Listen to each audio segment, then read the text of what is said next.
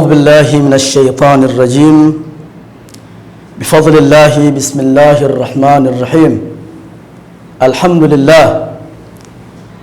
لله الذي نحمده ونستعينه ونستغفره ونعوذ بالله من شرور أنفسنا ومن سيئات أعمالنا.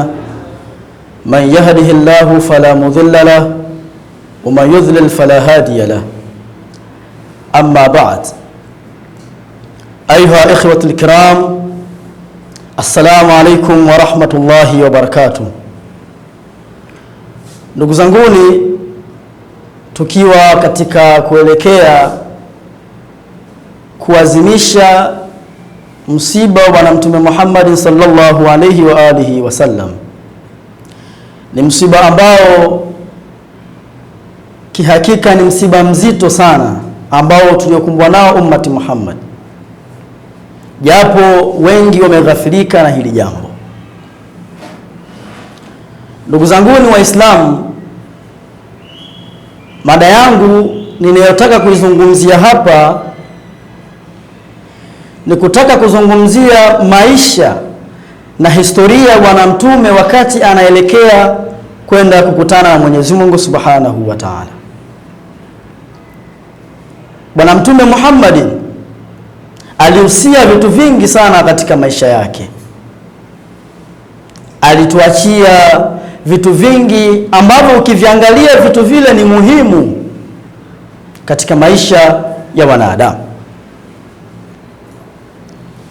Mwenyezi Mungu Subhanahu wa Ta'ala anasema ndani ya Qur'an, ya ayyuhalladhina amanu atii'u Allaha wa atii'u ar-rasul wa ulil amri minkum. Sadaqallahu al-aliyyul azim. Mwenyezi Mungu Subhanahu wa Ta'ala anawaambia waumini ya kwamba watu ambao wanaostahiki kuwafuata katika maisha yao, kwamba kuna watu ambao Mwenyezi Mungu Subhanahu wa Ta'ala amewaweka katika maisha ya wanadamu kuwa wao ndiyo mwongozo. Miongoni mwa watu hao ni Mwenyezi Mungu mwenyewe, ya kwamba waumini, mkitaka kumchukua mtu kuwa ni kiongozi katika maisha yenu, basi mfateni Mwenyezi Mungu Subhanahu wa Ta'ala na mumfuate yeye kuwa ndio kiigizo.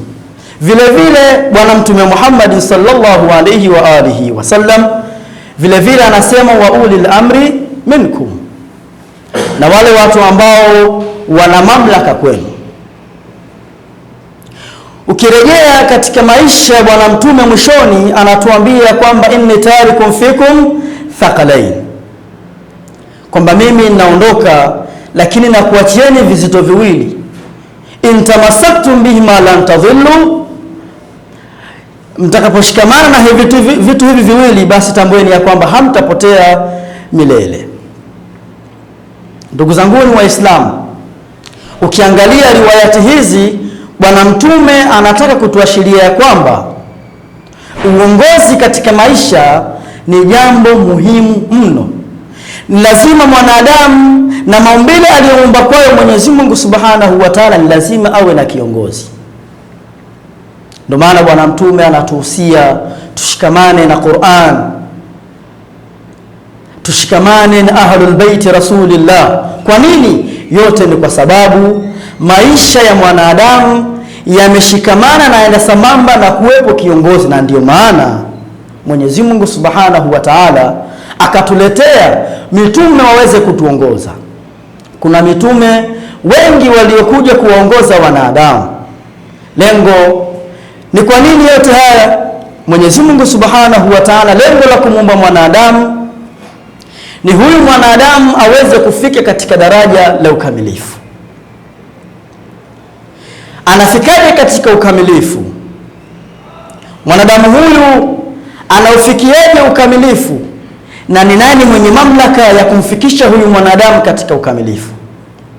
Mwenyezi Mungu Subhanahu wa Ta'ala, yeye ndiye mwenye mamlaka ya kumwandalia mwanadamu mazingira ya kuweza kumfikisha katika ukamilifu ambao aliohitaji mwanadamu huyu aufikie, kwa sababu yeye ndiye mwenye lengo na anapaswa kulitimiza lengo hili.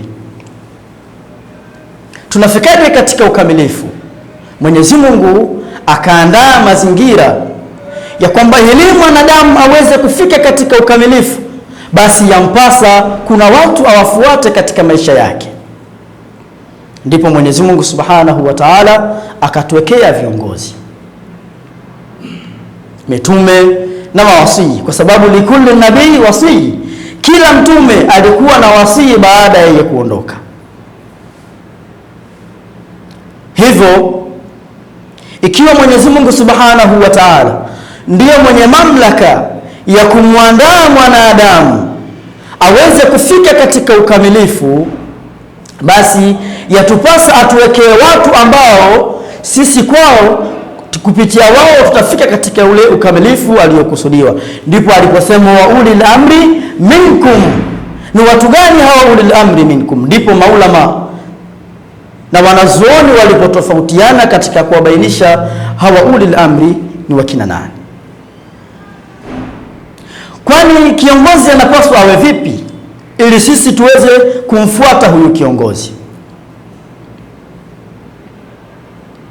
Kiongozi analetwa na nani? Tumesema ya kwamba kiongozi analetwa na Mwenyezi Mungu Subhanahu wa Ta'ala, na hii ndiyo itikadi ya Shia Ithna Asharia, ya kwamba kiongozi anachaguliwa na Mwenyezi Mungu na si mtu yoyote.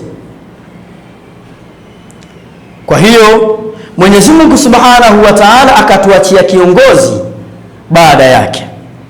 Baada ya bwana mtume akatuletea kiongozi, na haya ndiyo aliyokuwa akiyahusia bwana mtume, ya kwamba ni lazima mtambue ya kwamba mimi nikiondoka kuna watu nitawaacha, hawa ndio watakuwa kigezo na mwanga kwenu. Na kuthibitisha ya kwamba Mwenyezi Mungu Subhanahu wa Ta'ala ndiye anayechagua kiongozi wa Waislamu ni pale Mwenyezi Mungu Subhanahu wa Ta'ala aliposema katika surat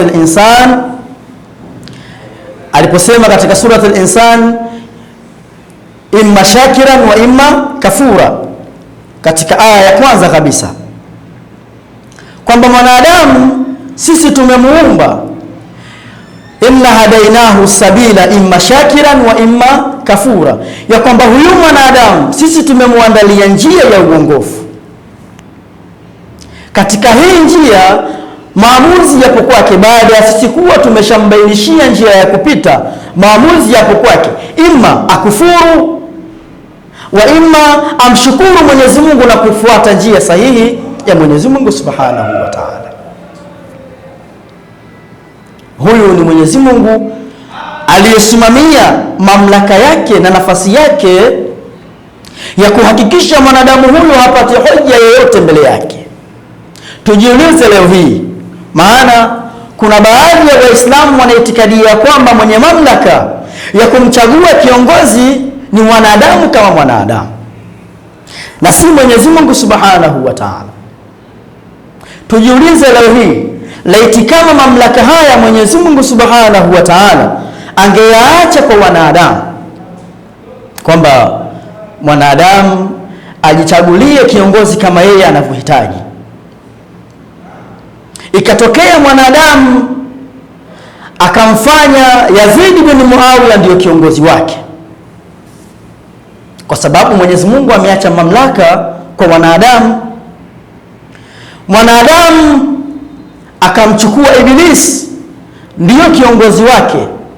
Je, Mwenyezi Mungu Subhanahu wa Ta'ala ana haki ya kumwadhibu mwanadamu huyu?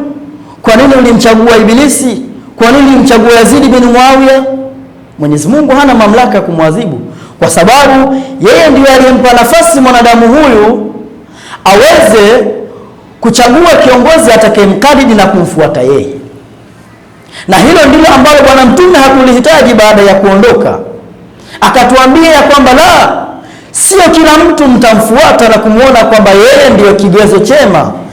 La, kwa sababu mwanadamu anaathirika na yule anayemfuata. Ikiwa lengo la Mwenyezi Mungu ni kutufikisha katika ukamilifu, ni lazima atuletee watu ambao wana uwezo wa kutufikisha katika ukamilifu. Kwa sababu al-Imam Ali alayhi salam anasema al-insanu yatashakkalu bima yaktadi bihi, mwanadamu huenda sambamba na yule ambaye anayemfuata. Kwa kuwa Mungu alihitaji tufike katika ukamilifu, ndio maana alituletea manabii. Na vipi baada ya kuondoka bwana mtume tumfuate nani? Bwana Mtume Muhammad sallallahu alayhi wa alihi wasallam anatuambia, inni tarikum fikum thaqalain, kitabullah wa itrati, na kizazi changu. Kwa maana kizazi na Qur'ani havina uwezo wa kufarakana, haviwezi kuachana.